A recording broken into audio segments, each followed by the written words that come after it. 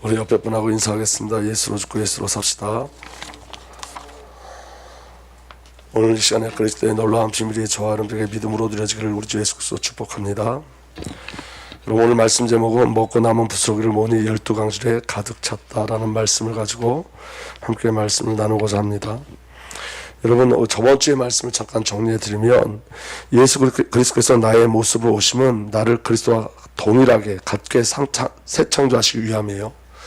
그러니까 여러분, 위격과 신격에서 우리가 하나님이 되는 건 아니지만 하나님의 형상으로 완전히 회복되어진 걸 말씀하고 있습니다.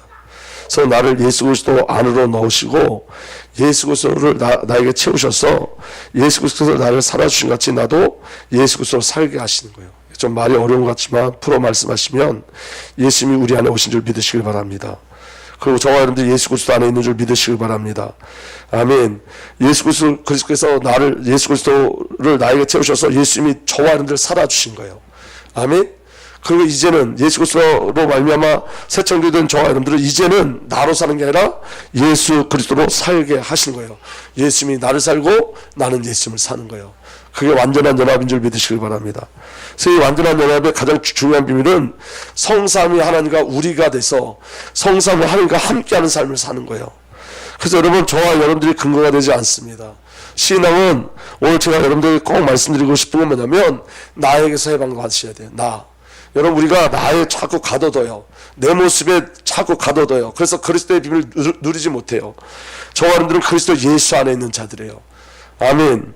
그래서 여러분, 하나님께서 우리와 하나가 되시기 위하여 우리의 모습으로 오신 거예요. 나와 하나가 되기 위해서.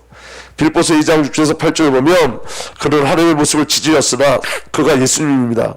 하나님과 동등함을 당연하게 생각하지 않으시고 오히려 자기를 비워 종의 모습을 취하시고 사람과 같이 되셨습니다. 나와 같이 되신 거예요. 나를 구하기 위해서. 아멘. 그는 사람의 모양으로 나타나셔서 제 모습, 저와 여러분들의 모습으로 나타나셔서 자기를 낮추시고 죽기까지 순종하셨으니 그 십자가에서 죽기까지 하셨습니다. 예수님이 우리의 모습을 오셔서 십자가에서 죽기까지 순종하신 이유가 뭐냐면 저와 여러분들을 예수와 동일한 하나님의 상속자, 공동 상속자로 만들어 내시기 위해서 예수님이 하나님의 아들이듯이 저와 여러분들 하나님의 자녀로, 저와 여러분들 하나님의 자녀로 삼으시기 위해서 하나님께서 저와 여러분들의 모습으로 이 땅에 오신 줄 믿으시길 예수로 축복합니다. 그래서 여러분, 사람의 모습으로 오시면 사람을 향하신 하나님의 절대적인 사랑이세요. 나의 모습으로 오셔서 나의 모습으로 오시면 성삼위 하나님의 목적지가 저와 여러분이라고 말씀하시는 거예요. 내 모습으로 오신 건 하나님의 목적지가 어디라고요? 나라고요. 나. 예수의 목적지가 어디예요? 나라는 거예요. 아멘. 그래서 여러분, 사람의 모습으로 오실 그 비밀이 이 요한복음 6장에 우리 1절서부터 15절 가운데 네 가지 표정으로 나타나요. 네 가지 표징. 네 가지 예표가 이 요한복음 6장 1절에서 15절까지 네 가지의 예표가 나오는데 그 네 가지 예표가 전부 다 누구를 예표하는 거냐면 그리스도와 연합된 우리를 예표하는 거예요. 예를 들면 이런 거예요, 여러분. 보리떡은 누구를 이야기하는 거죠? 예수님을 얘기하는 거예요. 또 누구를 얘기하는 거예요? 나를 얘기하는 거예요. 가장 낮은 저와 여러분들 얘기하는 거예요. 여러분, 물고기 두 마리는 누굴 이야기하는 거죠? 예수님을 이야기하는 거예요. 동일하게 또 누굴 이야기하는 겁니까? 저와 여러분들을 이야기하는 거예요. 이 말은 무슨 말이냐면 하나님의 계획이 저와 여러분들과 완전한 연합을 이루게 하시겠다는 거예요. 그게 하나님의 의지인 거예요. 아멘. 저와 여러분들을 예수 그리스도의 비밀로 이끌어 내시는 거예요. 그 축복이 저와 여러분들에게 누려지기 위해서 축복합니다. 그 첫 번째 표정이 뭐냐면, 예표가 뭐냐면 예수님께서 병자들을 고치셨어요. 예수님이 병자들을 고친 것 때문에 사람들이 예수님께 모였어요. 다시 말하면 여러분, 예수님이 병자의 모습으로 오신 거예요. 믿어지는 은혜가 일어나게 예수로 축복합니다. 병자의 모습으로 오셔서 이사야 53장 4절에서 5절 말씀 보면 이렇게 기록되어 있어요. 그는 실로 우리가 받아야 할 고통을 대신 받고 우리가 겪어야 할 슬픔을 대신 겪었다. 아멘. 예수님이요, 이 땅에 우리의 모습으로 오셔서 우리가 받아야 할 고통을 대신 받고 우리가 겪어야 할 슬픔을 대신 겪으셨어요. 이 말이 우리에게 믿음돼야 돼요. 아멘. 그래서 여러분, 저와 여러분들이 더 이상 고통이 없는 거예요. 더 이상 저와 여러분들이 슬퍼할 것이 없어요. 왜? 예수님이 대신 지셨기 때문에. 그래서 여러분, 고통이 올 때 고통을 거부하셔야 돼요. 슬픔이 올 때 슬픔을 거부하셔야 돼요. 그거 우리 것 아니에요. 예수님이 분명히 대신 지셨다 그랬어요. 우리는 예수님이 행하신 그 삶을 살아내는 거예요. 그 삶을 사는 거예요. 그 은혜가 저와 여러분들에게 누려지게 해서 축복합니다. 그러나 우리는 그가 징벌을 받아 하나님께 맞으며 고난을 받는다 생각하였습니다. 그러나 그가 찔린 것은 우리의 허물 때문이고 그가 상처를 받은 것은 우리의 악함 때문이다 그랬어요. 예수님이 찔리신 거, 예수님께서 상처를 받은 것은 저와 여러분의 죄 때문이에요. 죄. 그렇기 때문에 여러분, 예수님이 저와 여러분의 죄를 이미 십자가에서 다 감당하셨기 때문에 저와 여러분들에게 죄가 없는 거예요. 아멘. 예수님이 저와 여러분들 의롭게 하신 거예요. 아직도 우리가 죄인이라고 생각한다면 여러분 사단의 속임수예요. 그럼 예수 그리스도의 십자가가 완전하지 않아요. 예수님의 십자가에서 저와 여러분들의 모든 죄를 다 해결하신 줄 믿으시길 바랍니다. 그래서 여러분, 이 죄가 해결됐다는 것은 여러분 영적인 치유를 말하는 거예요. 영적인 치유. 예수님 십자가 하실 때 저와 여러분들 영적으로 치유하셨어요.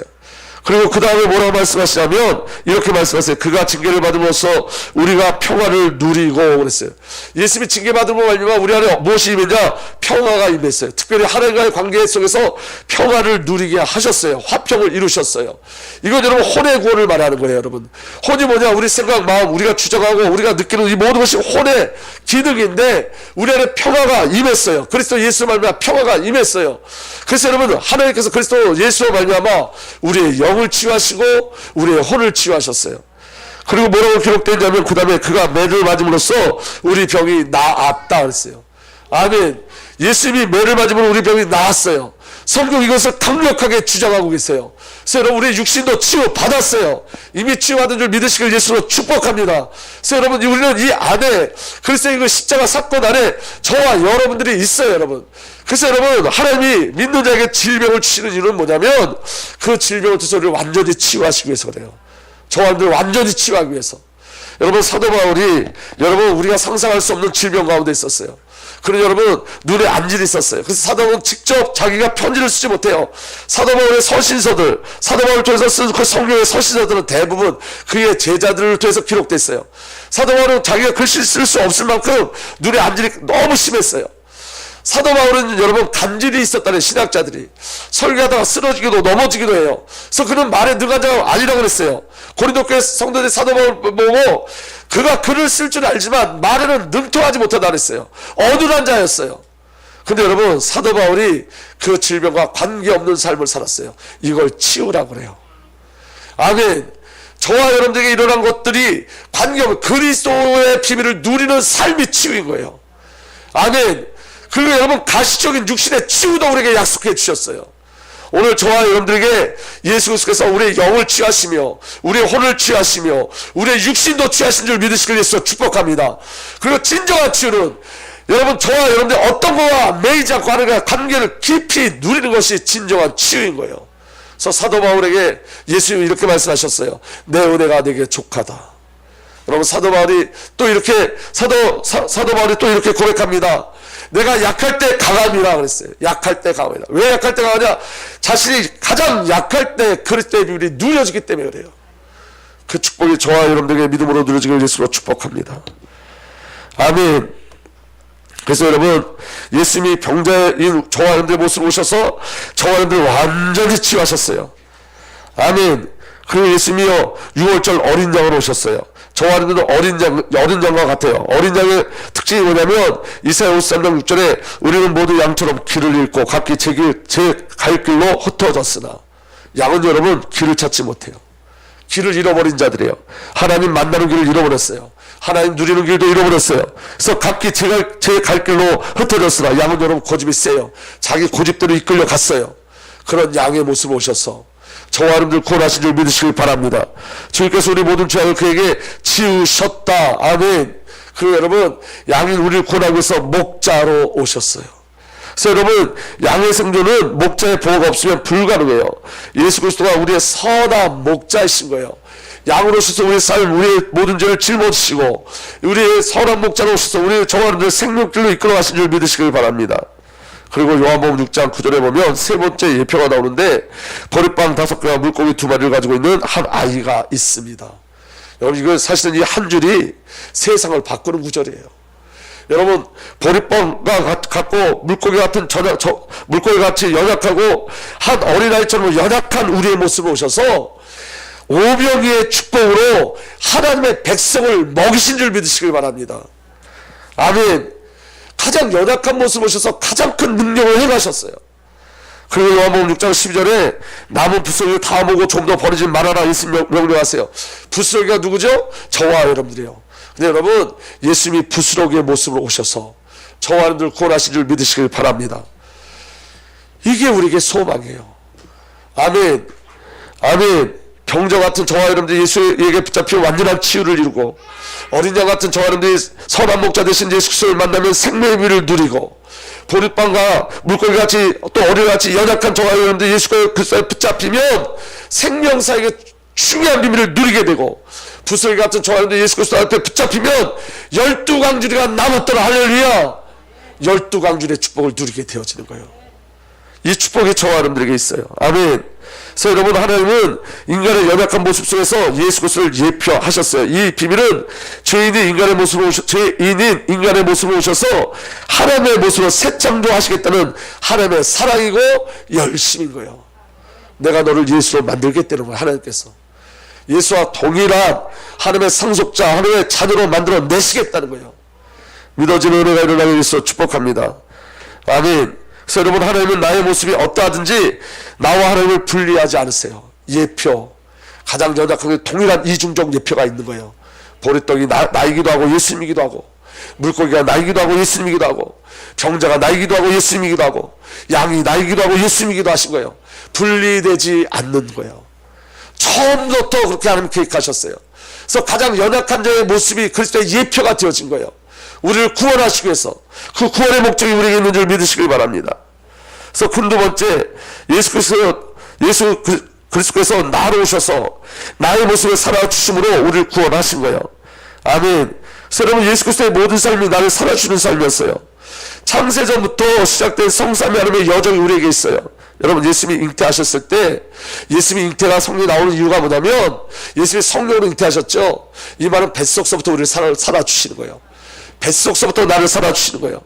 예수님의 탄생, 예수님이 이 땅에 오신 그 탄생은 저와 여러분들이 그리스도 안에서 새 창조되어진 이 비밀을 누리는 거예요. 아멘. 믿어지는 은혜, 저와 여러분들에게 동일하게 일어나기 원합니다. 예수님이 시험 당하셨는데 예수님이 그 시험 속에서 승리하셨죠. 저와 여러분들도 시험 속에서 승리하신다는 예수 그리스도의 예표적 승리의 비밀을 우리에게 허락해 주신 거예요. 그리고 여러분, 공생의 이전에 예수님이 30년 사는 이 땅의 삶, 그 삶도 저와 여러분들 살아주신 삶이에요. 아멘. 그리고 예수님이 십자가에서 저와 여러분들과 함께 죽으셨어요. 무덤에 함께 묻히셨어요. 저와 여러분과 예수님이 함께 부활하셨어요. 저와 여러분과 함께 예수 그리스도와 승천하셨어요. 그리고 예수님이 다시 오실 때 그 영광의 자리에 저와 여러분들이 함께 있어요. 예수 그리스도의 모든 시간과 사역 속에 저와 여러분들 함께 있어요. 이 말은 예수님이 처음부터 마지막까지 우리를 살아주셨다는 거예요. 2000년 전에 저와 여러분 인생 먼저 다 살아주셨어요. 아멘. 그래서 여러분, 우리는 한 번 가는 길이지만 예수님은 저와 여러분 이미 살아주신 그 길로 우리를 이끌어 가시는 거예요. 믿어지는 은혜가 일어나기 위해서 축복합니다. 아멘. 그래서 여러분, 예수님이 우리 안에 오셔서 저와 여러분들 위해서 요한복음 10장 10절에 이렇게 기록되어 있습니다. 내가 온 것은 양으로 생명을 얻게 하고 더 풍성히 얻게 하려는 것이라. 예수님이 우리에게 오신 건 생명을 주시기 위해서. 그 생명이 누구죠? 예수님 자신이에요. 예수님 자신이 우리 안에 오셔서 생명이 되셨어요. 예수 그리스도의 부활을 우리에게 허락해 주셨어요. 믿어지는 은혜가 일어나기 바랍니다. 어떻게? 부활하셔서 생명을 주는 영으로 우리 안에 오셨어요. 아멘. 그래서 여러분, 사도 바울이 이렇게 고백합니다. 빌립보서 1장 11절에 나에게 사는 것이 그리스도니. 저와 여러분들이 사는 게 누구라고요? 그리스도니. 아멘. 죽는 것도 유익하다. 왜 죽는 것도 유익하요? 여러분에게 죽음이 없기 때문에, 그리스도께서 내 안에 오셔서 생명으로 살기 때문에 저와 여러분들에게 사망이 있을 수 없어요. 이 죽음, 세상의 죽음은 오히려 세상의 껍데기를 완전히 벗어버리는 영원의 축복 속으로 들어가는 통로가 되어지는 거예요. 그리고 부활의 시작이 되어지는 거예요. 믿어지는 은혜가 일어나길 바랍니다. 갈라디아 2장 20절에 예수님이 이렇게 말씀하십니다. 내가 그리스도와 함께 십자가에 못 박혔으니 그럼에도 불구하고 사노라. 그러나 내가 아니요 그리스도께서 내 안에 사시니라. 여러분, 사도 바울의 고백이 저와 여러분들의 깊은 은혜의 고백되기 원합니다. 내가 그리스도와 함께 십자가에 못 박혔으니, 이 말은 죽었다는 거예요. 예수와 함께 죽었어요. 그럼에도 불구하고 사노라. 그럼 누가 사는 거예요? 산다는데. 그러나 내가 아니요, 내가 사는 것 아니고 삶의 주체자가 내가 아닌 거예요. 여러분 가장 큰 은혜예요. 그러나 내가 아니요 그리스도께서 내 안에 사시느라. 예수님이 내 안에 사시는 거예요. 그럼 여러분 우리가 이 땅에 살아갈 때 어떻게 살아가냐? 나는 지금 내가 육체 안에 사는 삶을 나를 살아서 나를 위해 자신을 주신, 우리가 이 땅에 사는 유일한 비유는 뭐냐면 나를 살아서 나를 위해 자신을 주신 아들의 믿음으로 사는 거예요. 아멘. 하나님의 아들의 믿음으로 사노라. 내 믿음이 아니라 누구의 믿음으로? 아들의 믿음으로. 여러분 오늘 저하는데 굉장히 중요한 하나님께서 은혜를 주실 거예요. 오늘 여러분 이 말씀 속에 저하는데 가장 큰 해방과 큰 응답과 치유와 회복의 역사를 할 줄 믿습니다. 세 번째, 그래서 여러분 예수 그리스도의 명령, 하나님의 약속이 뭐냐? 12강주래요. 오늘 이 12강주의 축복이 저하는의 믿음으로 누려지게 되서 축복합니다. 요한복음 6장 12절에 예수님 명령하세요.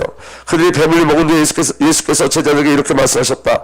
남은 부스러기를 다 모으고 조금도 버리지 말아라. 아멘. 요한복음 6장 13절에 뭐라고 기록되냐? 그래서 보리빵 다섯 덩이에서 먹고 남은 부스러기를 모으니 12강줄에 가득 찼더라. 아멘. 부스러기를 모으니까 몇 강줄이 됐다고요? 12강줄이. 여러분 이 12이라는 숫자가 굉장히 중요해요. 오늘 성경에서 이 12의 숫자에 대해서 저와 확인하기 원하는데, 여러분 그 뒤편에 12은 하나님 나라의 영원한 완전한 숫자예요. 영원한 완전한 숫자. 그래서 여러분 12은 하나님과 완전한 연합을 의미하고 하나님의 백성과 하나님 나라의 완전함을 예표하는 거예요. 그래서 여러분 10이라는 숫자, 그래서 여러분 이스라엘 백성의 12지파, 아멘. 야곱의 아들이 12아들, 아멘. 그리고 여러분 예수님이 제자를 볼 때 12제자, 12사도 전부 다 12를 이야기하고 있는 건 뭐냐면 하나님의 계획이 연합에 있고 이 연합이 완전하다는 거예요. 완전하다는 거예요. 아멘. 하나님이 여러분 야곱의 아들을 12 아들 아니고 13명, 14명 나올 수 있게 하실 수 있잖아요. 근데 왜 12에 딱 맞추셨냐? 완전한 연합을 이루는 거예요. 이스라엘 백성이 여러분 12지파가 아니라 10지파가 돼도 되고 9지파도 되는데 왜 12지파를 맞추셨을까요? 여러분 사도를 부를 때 왜 12사도를 부르셨을까요? 특별히 여러분 가룟 유다가 배신하고 떠났을 때 그 자리에 다시 채웠어요. 10이라는 숫자를 또 채웠어요. 왜 그랬을까요? 여러분 성경은 진리를 말해요. 여러분 성경에 우연은 없어요. 12이라는 숫자는 그리스도 예수 안에서 완전한 연합과 완전한 하나님의 나라, 완전한 하나님의 나라의 완전함을 예표하고 있는 거예요. 자 보세요. 하나님 나라가 어떻게 꾸며져 있는지 요한계시록 7장 4절에 보면 내가 들은 바로 도장에 찍힌 사람의 수가 14만 4천 명이었습니다. 이와 같이 이마에 도장을 받은 사람들은 이스라엘 자손의 각 지파에서 나온 사람들이었습니다. 14만 4천. 여러분 그래서 여러분 신천지들은 지네들이 지파를 만들고 각 지파가 12,000명 시켜가지고 14만 4천 되어지면 예수님 온다고 거짓말 다 시켰죠. 근데 여러분 14만 4천이 넘었어요 그들이. 그러니까 뭐라 그러냐, 이제는 그 안에 또 출소할 게 또 따로 있다는 거예요. 거짓말 시키는 거예요. 여러분 영화 중에도 14만 4천 얘기하다가 또 틀렸어요. 이 숫자를 잘 아셔야 돼요. 14만 4천. 왜 이단들이 자꾸 14만 4천 얘기하는데 우리가 그 비밀을 알아야 되잖아요. 14만 4천의 의미를. 요한계시록 14장 3절에서 5절 보면 14만 4천에 대해서 이렇게 얘기합니다. 그들은 보좌와 내 생물과 그 장로들 앞에서 새 노래를 부르고 있었습니다. 땅에서 구원을 받은 14만 4천 명 밖에는 아무도 그 노래를 배울 수 없습니다. 주 앞에 찬양하는데 그 찬양은 땅에서 구원받은 14만 4천 명만 그 하나님 앞에 찬양을 드릴 수 있고 예배할 수 있어요. 그 14만 4천 명은 누구냐? 4절에 그들은 여자들과 더불어 몸을 더럽힌 일이 없는 정결을 지킨 사람들입니다. 그들은 어린 양이 가는 곳이면 어디든지 따라다니는 사람들입니다. 예수 그리스도와 동행한 자들이에요. 그들은 사람들 가운데서 하나님과 어린 양에게 드린 첫 열매로 구원을 받았습니다. 아멘. 예수 그리스도로 말미암아 구원받은 자예요. 그들의 입에서는 거짓말을 찾을 수 없고 그들이 흠잡을 데가 없습니다. 다시 말하면 구원받은 숫자를 14만 4천이라 그래요. 여러분 이 14만 4천이 어떻게 나오는 거냐면 이건 제 얘기가 아니라 개혁주의 신학자들이 이야기하는 거예요. 12 곱하기 12 곱하기 1000이 14만 4천이에요. 12는 뭐냐? 12사도 곱하기 12는 12지파 곱하기 1000은 많다, 완전하다는 뜻이에요. 그래서 여러분 12 곱하기 12 곱하기 1000이 14만 4천이니까 다시 말하면 14만 4천은 예수 그리스도와 연합된 완전한 성도들 이야기하는 거예요. 1000은 많다라는 뜻이에요. 14만 4천은 상징적인 숫자지만 구원받은 자가 많다는 거예요. 예수 그리스도와 연합된 자가 많다는 거예요. 열두 사도, 열두 지파, 예, 하나님의 영원한 숫자, 완전한 숫자, 천이 굽혀져서 14만 4천이 되어지는 거예요. 아멘. 그럼 오늘 저와 여러분들이 그리스도와 연합된 14만 4천 안에 들어가 있는 거예요. 신천지에서 말하듯이 여러분 그들이 말한 그 지파에 속해서 14만 4천이 아니라 믿어지는 은혜가 일어나기 위해서 축복합니다. 아멘. 그렇게 여러분 하나님 나라는 14만 4천 그 12사도와 12지파와 하나님의 완전한 수로 이루어진 그 14만 4천을 통해서 하나님 나라가 이루어져요. 요한계시록 21장 11절에서 12절 보면 이렇게 기록되어 있습니다. 그 하나님 나라, 그 도성은 하나님 나라를 말해요. 그 도성은 하나님의 영광에 쌓였고 그 빛은 지극히 귀한 보석과 같고 수정처럼 밝은 벽옥과 같았습니다. 도성에는 크고 높은 성벽이 있고 거기에는 12대문이 달려 있습니다. 하나님 나라에 12대문이 달려 있대요. 대문은 뭐죠? 하나님 나라로 들어가는 문이에요. 아멘. 그 12대문은 12천사가 지키고 있고, 여러분 12천사가 지키고 있다는 말은 누구나 들어갈 수 없단 말이에요. 아멘.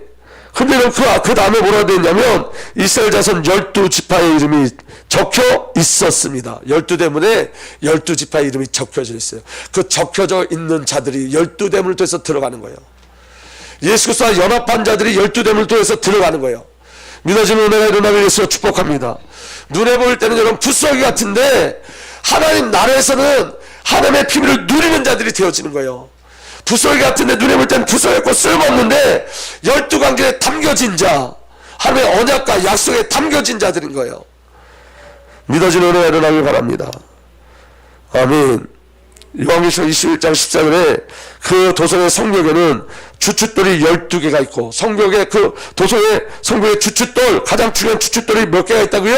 12개가 있고, 그 위에 어린 양의 12사도의 그 위에는 어린 양의 12사도의 12이름이 적혀 있습니다. 그 주춧돌 위에 누구의 이름이 적혀 있다고요?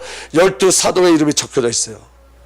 여러분 이거 얼마나 그 놀라운 일이냐면, 이 땅에선 부스러기처럼 보이는데 하나님 나라에 가니까 예수 그리스도와 연합되니까 주춧돌의 역할을 하는 거예요.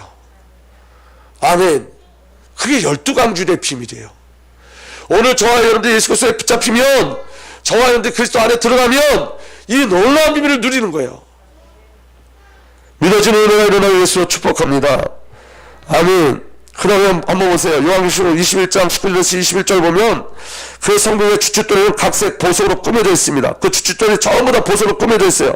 첫째 주춧돌은 병옥이요, 둘째는 사파이어요, 셋째는 옥수요, 넷째는 비추옥이요, 다섯째는 홍마노요, 여섯째는 홍옥수요, 일곱째는 황보석이요, 여덟째는 녹주석이요, 아홉째는 화옥이요, 열째는 옥수요, 열한째는 청옥이요, 열두째는 자수정이었습니다. 12보석. 주춧돌의 12보석. 누구죠? 우리예요. 아멘. 이 땅에 붓소리 같은 존재가 주 앞에 붙잡히니까 저와 여러분들이 주춧돌이 되고 그 주춧돌의 보석으로 바뀌어지는 거예요. 아멘. 정말 믿어지는 은혜가 일어나길 바랍니다. 12째는 자수정이었습니다. 또 12대문은 12진주로 되어 있는데 그 대문들이 각각 진주 한 개로 되어 있습니다. 도시의 넓은 거리는 맑은 수정과 같은 순금이었습니다. 여러분 12광줄이 예수 그리스도와 완전한 연합되어진 저와 여러분들 이야기하는 거예요.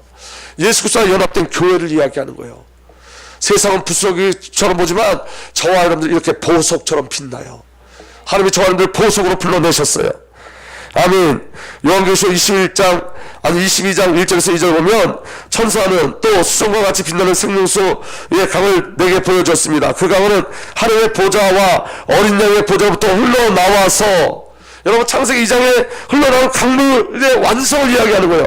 도시의 넓은 거리 한 번 더 흘렀습니다. 그 강 양쪽에는 12종류의 열매 맺는 생명나무가 있어. 아멘. 12종류의 생명나무가 있어요. 예수 그리스도와 연합되어진. 아멘. 달마다 열매를 내고, 이 달마는 12달 말하는 거예요.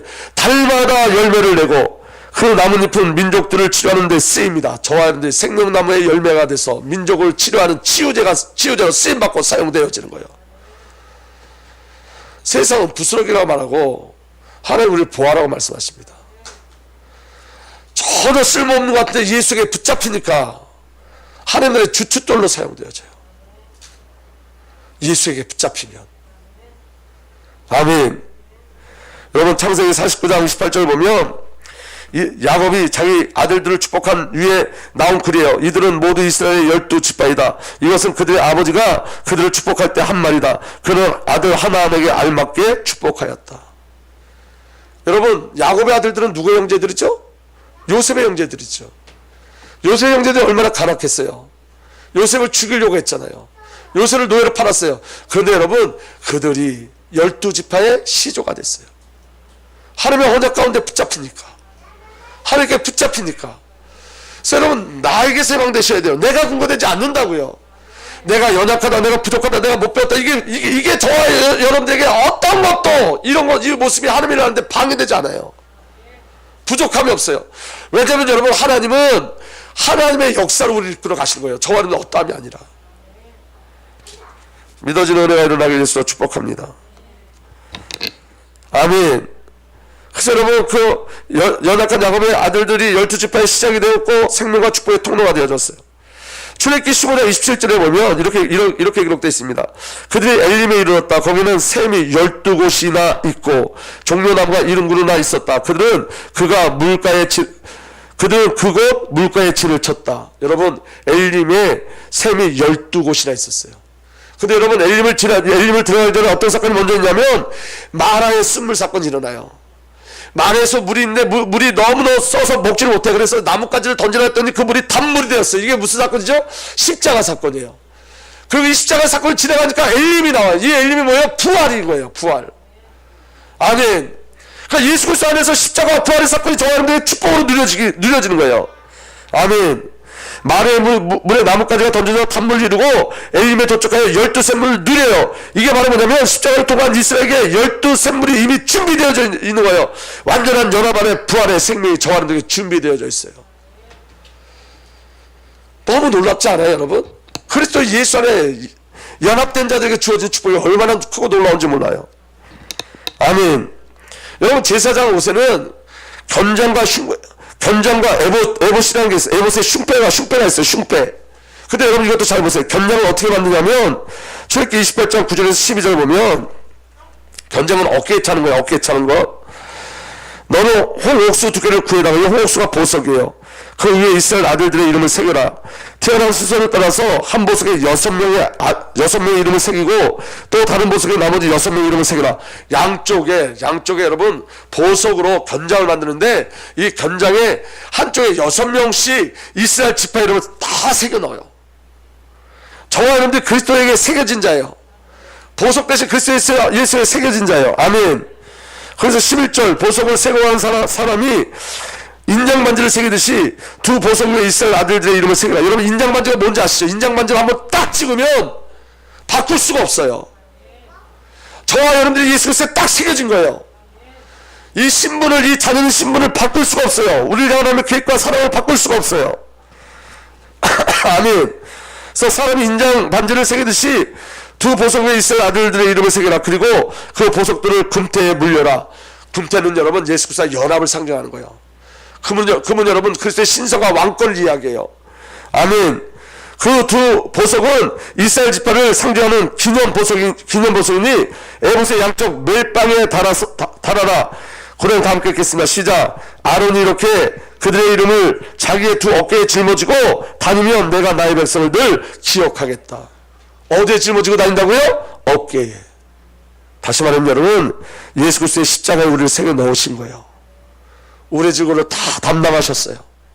하나님이 여러분 그 아론을 보면서 하나님의 백성을 기억하신대요. 아론 견장에 있는 그 이름을 보면서 그 백성들을 기억하신다는 거예요. 예수 그리스도의 십자가를 통해서 저와 여러분들 기억하시는 거예요. 아멘. 출애굽기 28장 15절에서 21절 말씀 보시면 너는 에봇을 짤 때와 같은 방법으로 금실과 청색실과 자수색실과 홍색실과 가늘게 꼰 모시실로 정교하게 짜서 판결 가슴바지를 만들어. 이게 흉패예요. 판결 가슴바지. 그 판결 가슴바지를 어떻게 만드느냐? 이것은 두 겹으로 겹쳐서 네모나게 만들되 그 길이가 한 뼘, 너비가 한 뼘 되게 하여라. 그리고 거기에 4줄 보석을 박아라. 4줄. 4줄로 세 줄을 만드는 거예요. 거기에 4줄 보석을 박아라. 첫째 줄은 홍보석, 황호과 추옥을 받고, 둘째 줄에는 녹주석과 초옥과 백수정을 받고, 셋째 줄에는 풍신자석과 만호와 자수정을 받고, 넷째 줄에는 녹주와 얼룩 만호와 벽옥을 받되, 전부 다 보석을 받는 거예요. 전부 다 가슴에. 아멘. 이 보석에 모두 금태를 둘라. 이것도 연합이에요. 아멘. 이 보석들은 이스라엘 아들들의 수대로 열둘이 되게 하고, 그 보석은 누구라는 거예요? 이스라엘 백성, 나라는 거예요. 나. 아멘. 예수의 마음에 우리가 보석처럼 박혀져 있는 거예요. 아까 여러분 요한계시록에 12보석처럼, 여러분 하나님 나라에서 12보석처럼 우리가 예수 그리스도 안에 12보석으로 박혀지는 거예요. 아멘. 아들 술대로 열둘이 되게 하고 인장반지를 새기듯 보석마다 각 사람 이름을 새겨서 이 보물들로 12지파를 나타내게 하여라 그랬어요. 이게 하나님의 절대적인 은혜인 줄 믿으시길 바랍니다. 그래서 여러분, 아론이 지성소에 들어갈 때, 아론이 성소로 들어갈 때 이스라엘 아들들의 이름이 새겨진 판결 가슴바지를 가슴에 들고 가서 지성소에 들어갈 때 항상 이걸 가슴에 달고 들어가야 돼요. 이게 대제사장의 옷이에요. 아멘. 이것을 보고 나 주가 언제나 이스라엘을 기억하겠다. 저 아름들 어디에 새겨져 있어요? 그리스도 가슴에. 어떻게? 보석으로 새겨져 있어요. 이게 우리예요. 이게 12강주의 축복이에요. 이게 부스러기 같은 저 아름들에게 주어진 축복이에요. 예수 그리스도와 연합된 하나님의 백성이 예수 그리스도 안에서 보석처럼 빛나게 하시는 거예요. 그리고 여러분, 재물을 잡을 때 어떻게 하냐? 민수기 7장 87절에서 89절 보면, 번제물로 바친 짐승은 그 송아지 12마리, 순양이 12마리, 1년 된 순양이 12마리, 전부 다 12마리, 12마리, 12마리. 누구를 위해서? 각각 저와 여러분들을 위해서. 아멘. 이 밖에도 곡식제물이 있다. 순염소 12마리, 12마리는 속죄 제물로 바친 것이다. 제물도 12마리. 여러분, 10이라는 숫자가 이제 이해되셔야 돼요. 완전한 연합을 이야기하고 있는 거예요. 그래서 완전한 연합. 89절에 모세는 주께 말씀드릴 일이 있을 때마다 회막으로 갔다. 그때마다 모세는 증거궤와 속죄판 위에서 그 두 그룹 사이에서 자기에게 말씀하실 그 목소리를 듣고 나였다. 이렇게 주님께서 모세에게 말씀하셨다. 모세가 어떻게 하나님을 만날 수 있죠? 12제물. 아멘. 그리고 여러분, 모세는 누굴 예표하죠? 예수 그리스도를 예표해요. 그래서 여러분, 우리가 예수 그리스도로 말미암아 하늘과 깊이 대하고 하나님의 말씀을 듣게 되어지는 거예요. 그래서 여러분, 신약에는 뭐라고 기록되어 있냐? 히브리서 10장 19절에서 10절 보면, 형제자매 여러분, 우리는 예수의 피를 힘입어 담대하게 지성소에 들어가게 되었습니다. 예수께서는 휘장을 뚫고 우리에게 새로운 살 길을 열어주셨습니다. 지성소는 여러분 대제사장만 들어갔는데 이제 우리가 담대히 들어가요.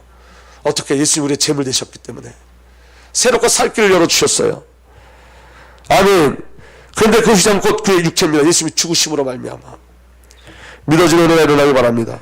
히브리서 9장 10절에서 22절에 보면, 그러니 우리는 확고한 믿음을 가지고 참된 마음으로 하나님께 나갑시다. 확고한 믿음. 그 믿음의 근거가 뭐예요? 제물 되신 그리스도예요. 아멘. 우리 마음에다 예수의 피를 뿌려서 죄책감에서 벗어나고, 우리 마음에 뭘 뿌린다고요? 예수의 피를 뿌려서 여러분, 우리 죄책감에서 벗어나길 예수로 축복합니다. 더 이상 죄인이 아닌 거예요. 맑은 물로 몸을 깨끗이 씻었습니다. 어떻게? 제물 대신 그리스도 예수로 말미암아. 여러분, 우리가 기억해야 될 것은 저와 여러분들 예수 그리스도 완전한 연합을 이루고 있는 거예요. 그래서 여러분, 그 부스러기를 통한 하나님의 일들이 반드시 있어요. 그래서 여러분, 우리가 근거되지 않는다는 거예요. 저와 여러분들 절대로 근거되지 않습니다.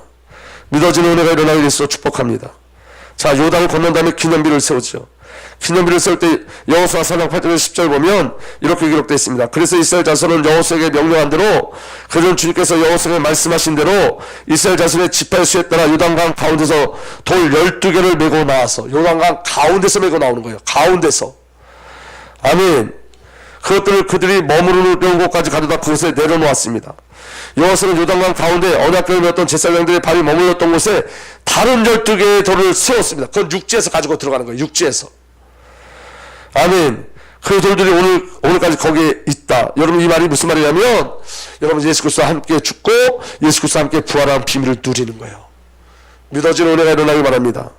여러분, 진정한 기념비는 예수 그리스도와 함께 죽고 예수 그리스도와 함께 사는 거란 말이에요. 완전한 연합을 이루는 거예요. 근데 여러분, 이 땅에 있는 돌을 여러분 어디에다 갖다 놓죠? 이제는 요단강 가운데다 갖다 놨어요. 이 말은 여러분, 이 일이 우리로 일어난 일이 아니라 누구로 일어난 일이라는 거예요? 하나님으로부터, 그리스도부터 일어난 일이라는 거예요. 우리가 자랑할 게 없다는 거예요. 그래서 우리는 묻히는 거예요. 물속에 묻혀지는 거예요. 그게 자기 부인 사건이에요. 아멘. 그래서 진정한 기념비는 예수 그리스도와 함께 죽고 예수와 함께 사는 거예요. 이 비밀을 누리는 비밀이 자기 십자가를 지고 자기를 부인하는 삶을 사는 거예요. 아멘. 그 다음에 10번째, 진설병에 대해서 나와요. 너는 고운 밀가루를 가져다가 과자 한 개당 밀가루 10분의 2 에바를 들여 과자 12개를 구워 한쪽에 6개씩 두 줄로 주의 앞 숭상 위에 차려놓으라. 여러분 성전에 들어가면 진설병 양쪽에 여러분 떡 6개씩 놓여져 있어요. 그 떡이 누구예요? 예수 그리스도예요. 요한복음 6장 35절에 예수께서 그에게 말씀하셨다. 내가 생명의 빵이다. 내게로 오는 사람은 결코 줄이지 않을 것이요 나를 믿는 사람은 다시 목마르지 않을 것이다. 전부 다 예수 그리스도를 예표하고 예수 그리스도와 연합된 비밀을 예표하는 거예요.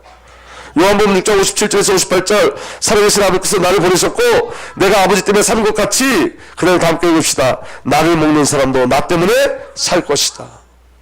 오늘 저와 여러분 지금 예수를 먹고 있는 거예요. 믿어지는 은혜가 되라길 바랍니다.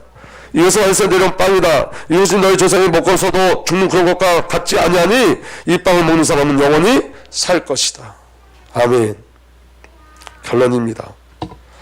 예수 그리스도와 연합된 삶을 사는 거예요. 저와 여러분 실력으로 사는 게 아니라 예수 그리스도의 본성으로 사는 거예요. 우리가 어디서를 놓치지 마세요. 여러분 하나님이 저와 여러분들 보고 이 일을 이루라고 그러지 않았어요. 아멘.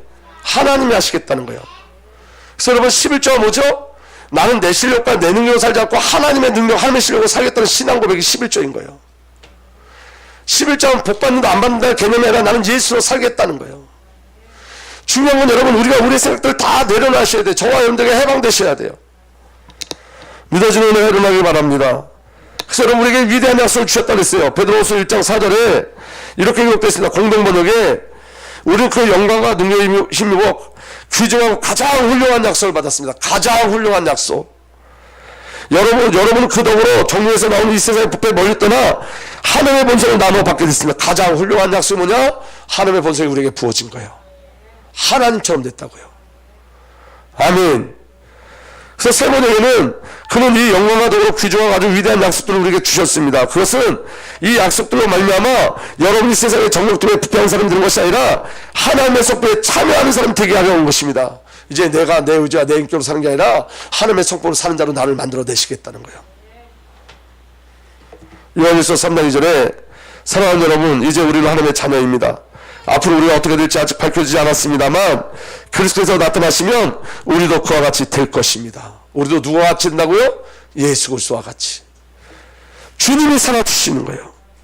요한일서 4장 17절에 사랑이 우리에게 완성됐던 사실은 이전에 있으니 곧 우리와 하여금 심판날의 담대함을 가지게 하는 것입니다. 우리가 이렇게 담대해지는 것은 그리스도께서 사신 대로, 예수님이 사신 대로 또한 우리도 이 세상에서 그렇게 살기 때문입니다.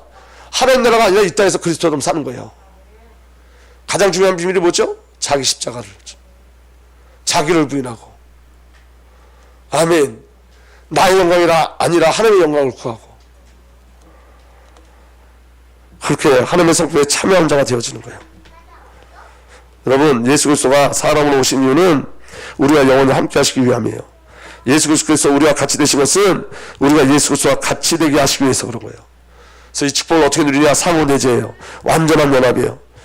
여러분 붓스러기인 내가 12광주이신 그리스도 안에 들어가고 또 붓스러기신 예수 그리스도가 12광주 안에 내 안에 오시고, 무슨 말씀인지 이해가 되시죠? 붓스러기도 나고 12광주도 나고 붓스러기도 예수님이고 12광주도 예수님이 완전한 연합을 이룰 때, 상호내주, 예수가 내 안에 내가 예수 안에 있을 때, 아멘. 예수 그리스도가 내가 되고 내가 예수 그리스도가 되는 완전한 연합을 이룰 때 12광주의 축복이 우리에게 임하는 줄 믿으시길 바랍니다. 그래서 여러분 우리 주 예수 그리스도께서 나를 자신의 완전함으로 채우셔서 열방에 그리스도를 세우게 하시는 거예요. 내 안에 그리스도를 채우셔서 열방을 살게 하시는 거예요. 우리를 통해서 그리스도를 채우세요. 우리의 본성 하나님의 일을 이루세요. 그래서 가장 중요한 비밀은 내가 근거되지 않는 거예요, 여러분. 아멘. 여러분 보세요. 시간이 많이 지났지만 여러분 우리 수준으로 어떻게 후대를 살리겠어요? 우리가 어린이집을 놓고 엄청나게 기도했는데 여러분 우리에겐 그 어떤 능력이 없어요. 근데 여러분 내가 하면 안 되는데 주님이 하시면 돼요. 여러분 우리 그 미라줌 그 지금 300세대 짓고 400세대를 짓고 있죠. 그 회장이 저를 불러서 얘기하더라고요. 뭐라고 얘기하냐면 그 앞에 지금 어린이집을 4층으로 짓고 있어요. 4층. 근데 4층으로 짓고 있는데 여러분 뭐라 그러냐면 저한테 이렇게 얘기해요. 자기가 이거 4층으로 지어서 14억에 팔려고 했는데 제가 12억에 팔겠대요. 나한테는. 그래서 뭐라 그러냐면 자기가 9억을 대출해 줄 테니까 나머지를 해결하래요. 그래서 제가 뭐라 얘기했냐면 이렇게 얘기했어요. 저는 9억이 없습니다. 아니 나머지 3억이 없습니다. 그때 뭐라 그러냐면 그래서 제가 그랬어요. 11억을 대출해 주면 1억을 제가 기도해 보겠습니다. 그때 뭐라 그러냐 그럼 자기가 11억을 대출해 주겠대요. 제가 먼저 얘기한 게 아니에요. 이게 될지 안 될지 모르지만 제가 이야기하고 싶은 건 뭐냐면 인간이 계획해서 되는 게 아니라 하나님이 계획하시면 우리의 방법이 아니라 하나님의 방법으로도 그 일을 이루어 나가시는 거예요. 중요한 건 여러분 자꾸 우리가 기준이 되어지는 거예요. 서승환 성도라고 그 만난 분이 있어요. 저는 그분이 저한테 우리 교회 와서 계속 성경 공부하고 또 왔다 갔다 하셨어요. 계속. 근데 그분이 저한테 뉴스 할 것을 보내줬어요. 저는 30억인지 300억인지 투자한다는 줄 알았어요. 그분은 완전히 망했던 분이에요. 뉴스는 거짓말 시키지 않잖아요. 서광기업이라 그분이 뉴스에 직접 나왔는데 뭐라 돼 있냐면 경기도에 요번에 2천억을 투자한대요. 그분이. 뉴스로 나왔어요. 아무것도 없던 분이 아무것도. 가장 어려울 때 저 만났어요. 중요한 건 여러분 우리가 기준되지 않는다는 거예요. 하나님은 저와 여러분을 통해서 하시지만 저와 여러분들 어떤 무엇을 통해서 하지 않으세요. 우리가 기준되지 않아요. 요한복음 15장 5절에 나는 포도나무에 너는 가지이다. 사람이 내 안에 머물러 있고 내가 그 안에 머물러 있으면 그는 많은 열매를 맺는다. 너희는 나를 떠나서는 아무것도 할 수 없다. 사람이 내 안에 머물러 있고 내가 그 안에 머물러 있으면 그는 많은 열매를 맺는다. 방법은 연합이에요. 그렇지만 하나님을 떠나서는 아무것도, 그리스도를 떠나서는 아무것도 할 수 없어요. 요한복음 15장 7절에 너희가 내 안에 머물러 있고 내 말이 너희 안에 머물러 있으면 너희가 무엇을 거든지 다 그대로 이루어질 것이다. 아멘. 주의 말씀이 우리 안에 거하면 걱정하지 마세요. 여러분 주의 말씀이 우리 안에 있으면 뭘 해도 돼요. 우리의 수준대로 되는 게 아니라 하나님의 수준대로 돼요. 믿어지는 은혜가 일어나길 바랍니다. 그래서 여러분 8번째 가장 중요한 거예요. 오늘 말씀의 누림이에요. 내가 근거되지 않아요. 저와 하나님이 근거되지 않아요. 사도행전 3장 6절에 베드로가 말하기를 은과금은 내게 없으나 내게 있는 것을 그대에게 주니 나사렛 예수 그리스도의 이름으로 일어나 걸으라. 안준병에게 명령했어요. 베드로와 요한이. 나사렛 예수 이름으로 일어나 걸어라. 그랬더니 사람들이 몰려오기 시작했어요. 그때 몰려온 사람들에게 베드로가 뭐라고 이야기하냐면 사도행전 3장 10절에 베드로가 그 사람을 보고 그들에게 말했다. 이스라엘 동포 여러분 어째 이 일을 이상히 여깁니까? 또 어째 여러분은 우리가 우리의 능력이나 경건으로 이 사람을 걷게 하기나 한 것처럼 우리를 바라봅니까? 안진뱅이가 일어난 건 베드로의 어떤 능력과 경건의 힘이 아니라 예수 이름이에요. 예수 이름. 예수를 믿는 건 여러분 나를 근거로 하지 않는 거예요. 저와 여러분이 열심히 조금 더 내고요. 저와 여러분이 기도해서가 아니라 예수가 근거가 돼서 그래요. 예수가. 그래서 여러분 예수가 근거되는 삶은 그리스도를 깊이 누리는 삶으로 바뀌는 거지 내가 여러분 열심히 하고 노력해서 그 기적이 나타나는 게 아니라고요. 아멘. 복음은 예수가요. 사도행전 3장 16절에 이 예수 이름이 여러분이 지금 보고 있는 잘 알고 있는 이 사람이 낫게 했습니다. 누가 무엇이 낫겠다고요? 예수 이름이. 이것은 그의 이름을 믿는 믿음을 심리어 얻은 것입니다. 그의 이름을 믿는 믿음, 예수 이름을 믿는 믿음. 근데 그 믿음도 나로부터 나온 믿음이 아니에요. 예수로 말미암은 그 믿음이 누구로 말미암은 믿음? 예수로 말미암은 믿음. 예수님이 주신 믿음. 갈라디아 2장 10절에 아들의 믿음. 우리 거 아니라고요. 내 모습에 속지 마세요. 나 같은 게 어떻게 하나님 일을 할까? 내가 어떻게 주의 일을 할까? 저 여기 많이 속고 살았거든요. 주님이 여러분 제 안에 복음을 깨닫게 하시면서 여기서 해방되게 하셨어요. 우리가 아니라 주님이 하시는 거예요. 아멘. 아멘. 예수로 말미암아 그 믿음이 이 사람을 여러분 앞에 이렇게 완전히 성하게 했습니다. 사도행전 3장 18절에 하나님께서는 모든 예언자의 입을 벌려서 비로소 그리스도가 고난을 받아야만 한다고 미리 선포하신 것을 이와 같이 이루셨습니다. 약속대로 이루신 거라는 거예요. 예수 그리스도 안에서. 그 약속이 뭐냐? 이사야 53장이에요. 근데 베드로가 그걸 어떻게 자기가 선포하고 고백하냐? 베드로전서 2장 24절에 그는 우리 죄를 자기 몸소 지시고서 남에 다녔습니다. 그것은 우리가 죄에서 죽고 의에는 살게 하려 하신 것입니다. 그가 매를 맞아 상함으로 여러분이 나음을 얻었습니다. 강준성 목사의 믿음이 아니라 여러분들의 믿음이 아니라 예수께서 행하신 그 일이 우리에게 일어나는 거예요. 치유 역사 반드시 일어나요. 전 믿어요. 그래서 전 치유를 선포합니다. 왜냐하면 아들의 믿음이기 때문에, 우리를 근거하지 않기 때문에. 여러분, 어떤 그 큰 교회이고 어떤 큰 실력 있고가 아니고 오직 예수예요. 그래서 여러분, 정말 중요한 것, 하나님이 우리를 향하신 은혜는 나를 선별하신 것이 아니라 나를 선택하신 거예요.